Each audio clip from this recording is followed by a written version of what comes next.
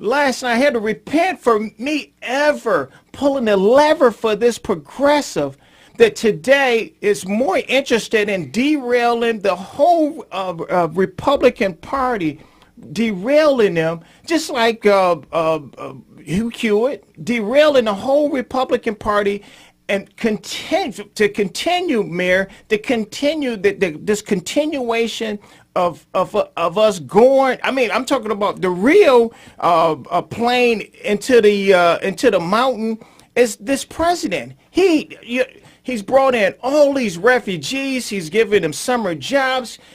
In addition, we have doubled the number of people that's on food stamps. In addition to that, the Middle East is I'm talking about just worse than it's ever been. And that's the real racism. That's the real racism. Mm-hmm. That is for you to take a whole segment, a whole subgroup into to keep them tied to the welfare state, like he has done. That's what a real racism is, because all of the progress being made in this country is being made by white liberals. They're the ones that are going through all of this, and then you look at the mineral wealth of this country is being exploited by who? People from the Muslim faith. Look in any neighborhood and see how many gas stations are owned by them. See how many party stores are owned by them. And then all of that money is funneled away from the people in the inner cities into that Middle Eastern cartel. And that's not the real racism, because what we are doing is we've enslaved the inner city into the welfare state. And that's the same thing as slavery. It is, absolutely. They put them in bondage. They put them in bondage to poverty. Absolutely nothing, because in order to qualify for the benefits, you can't own any wealth. Yeah, you can't own anything at all. All right, here, I'm just going to get with, let's go to our first caller. Let's get with Brad, and then we're going to keep the show rolling, keep the show moving. We're going to talk to Brad from Westland. Good morning, Brad. How you doing? Hey, good morning to the Roundtable. Great show this morning. You're talking about Mitt Romney and also Colin Powell there. I call them turncoats. Never, at least in my memory, and I'm a young guy, has the last Republican nominee for president come out and bashed the next presumptive nominee. If we don't look unified at our convention next month, we're going to embarrass ourselves nationally, and we might as well turn the keys over to the White House, to Hillary Clinton, because we're going to look very, very foolish. Yeah, well, and they helping them. They are going to turn over the keys. Hugh Hewitt said turn over the keys. He said that we should dump Donald Trump. He said that he should be dumped, even though he's brought in millions and millions of voters.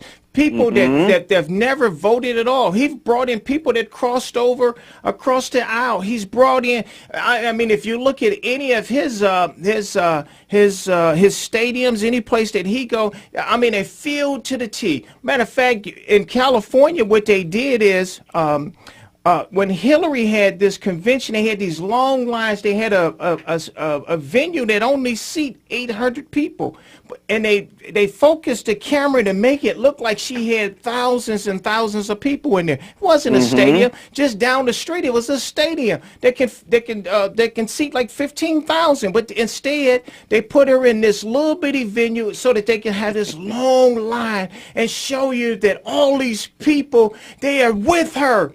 They're with her. Matter of fact, and so I want to say there's somebody else that's with her also. Mitt Romney, Hugh Hewitt, they are with her also. Yes. Well, see, but I've lost respect for Mitt and for Hugh Hewitt, but Del, there were 17 candidates on that stage at one time. Yes. And we, the people, in order to form a more perfect union, I think I read that somewhere, we narrowed it down to our candidate. And you can't get more establishment than Hillary Clinton. That's right. And we have selected our nominee, and all this tearing down is just making the Republican Party look so bad, and I'm so frustrated because the next 4 years make me very, very nervous. If Hillary Clinton wins and Barack Obama stays in D.C., oh, Lord, we're not going to recognize this country in 4 years if we don't unify and paint the picture of here's what it looks like when we win. And Speaker Ryan is also a turncoat. He's been an embarrassment to the speakership of the U.S. House. Yes. You know what? Everything you said, Brett, is absolutely true. We appreciate you getting up with us this morning. Continue to listen and also continue to call in. Thank you very much. Thanks, everybody. Okay, you're welcome. Now, again, I'm gonna continue here. I'm just gonna read something. This is from the Politico. It says dump Trump. You know, this is an exclusive. HUGH HEWITT said that the plane is headed towards the mountain. Matter of fact, I'm gonna play that right there.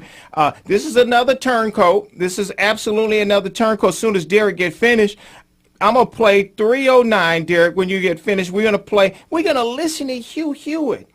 And so somebody else whether you like him or not, it's not about whether you like him or not. I didn't like Romney. I didn't like John McCain either. Didn't like him. And that was what they put up. Bob Dole. So Absolutely. This is what the establishment put up. I didn't like them either. You know, here it was all these people. It was 100 people on the stage. Okay, it wasn't 100. It was 17. But it was, and so he is the last man standing, and the people chose him. The people, not the establishment, because he's not chosen, handpicked by the establishment. That's right. And you this is why. Go ahead. I'm sorry, Mayor. No, I'm sorry. I'm not so disappointed or confused by the major media for their attacking Donald Trump, but conservative talk radio and HUGH HEWITT especially disappoints me, because here's a guy who supports Lindsey Graham.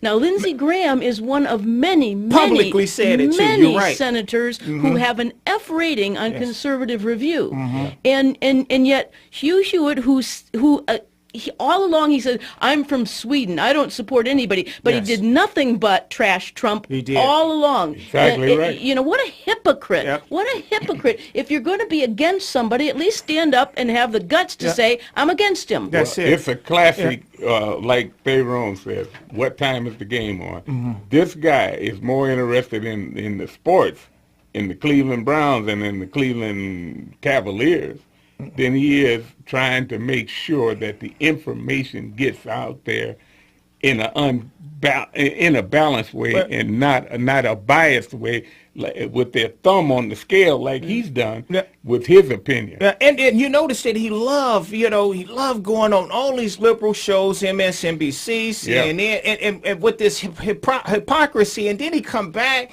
on conservative talk radio and act like he's a champion for the people. Right. If you don't mind, Derek, play. We're gonna. This is the person you need to call. HUGH HEWITT. This is play 309, and you need to call him and let him know that you would not listen to him anymore. You would not listen to him because he's a turncoat and he is with the progressives. If he can find it. It looks like the general election will come down to Hillary Clinton versus Donald Trump, which is fitting, really, since she'll be the first, female nominee of her party, and he'll be his party's last nominee. Oh, real funny. Is that America? It's HUGH HEWITT. Welcome, our party's last nominee. He's just reading the numbers, and I appreciate Betsy McCoy joining me. She's run for office before. Been a while since she's been in the political world, but I'm here to tell you that kind of denial is going to make it even worse. It's going to make it's like ignoring stage 4 cancer. You can't do it. Got to go attack it. And right now, the Republican Party is facing, the plane is headed towards the mountain after the last 72 hours. And you have Mark Kirk unendorsed. Mark Kirk's going to lose anyway. I'm not a Mark Kirk fan. I don't believe in casting aspersions on him. He's not going to get reelected. Lindsey Graham is a very serious student of the world, He's with whom I've disagreed often, but in the last 2 years on ISIS, he's absolutely right. And he speaks for a lot of people when he says he cannot vote for Donald Trump. I'm disappointed to hear that. I'll talk to Lindsey Graham about that. I want to support the nominee of the party, but I think the party ought to change the nominee because we're going to get killed with this nominee.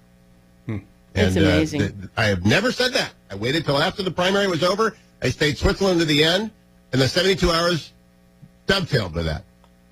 They ought to get together and let the convention decide. And if Donald Trump pulls over a makeover in the next 4 to 5 weeks, great.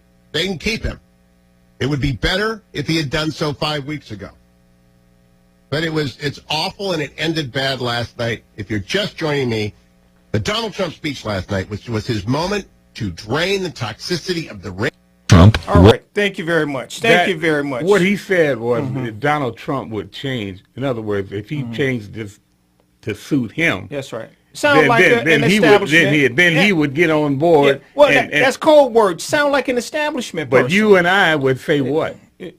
You and I say if Trump changes what he's doing, then he'll run me out the door. Yeah. Because he's the only Republican that I've seen that would defend himself and not have it where we have to defend him. Not only defend himself, but defend America. Yeah, the conservative ISIS, ideals, really. Yeah, absolutely. Yeah. As far as I'm concerned, every time I hear Donald Trump, I hear conservative values, and yet with the chattering noise that's going on, everybody keeps saying he's not conservative. Well, which of his positions, protection of the Second Amendment, is that conservative? I mean, I think it is.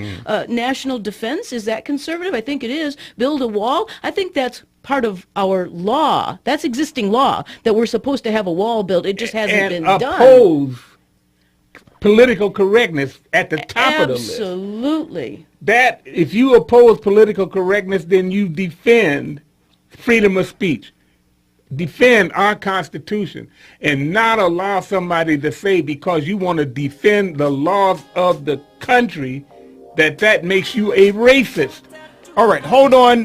We have Jimmy on the line. Jimmy, just hold on. We're going to get with you on the other side of the break. If you'd like to join the conversation, give us a call at 734-822-1600. We'll see you on the other side of the break.